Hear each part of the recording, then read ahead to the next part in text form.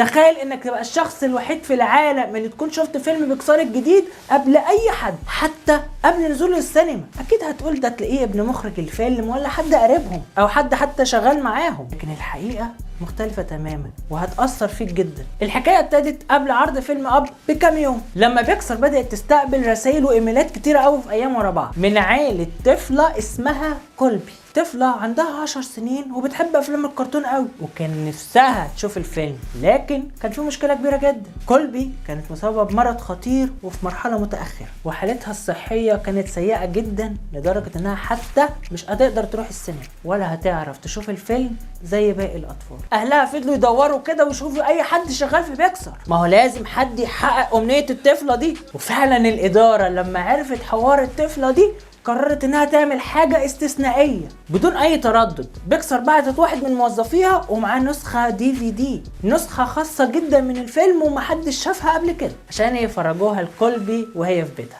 لما شافت كولبي الفيلم كانت في قمة سعادتها ومبسوطة جدا بالفيلم ومتأثرة بالشخصيات، وفضلت تضحك وفضلت تعيط وايه، حاجة قمة الاندماج.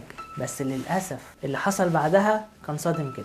بعد ساعات قليلة كولبي ماتت واتحققت أمنيتها الأخيرة. وهنا فزورة النهاردة، مين الشخصية اللي ماتت في أول الفيلم؟ الحكاية دي أثرت في كل فريق عمل أب وخلوها دايما ذكرى خاصة مرتبطة بالفيلم. استنوني بكرة وخليك فاكر إن رمضانك حدوتة.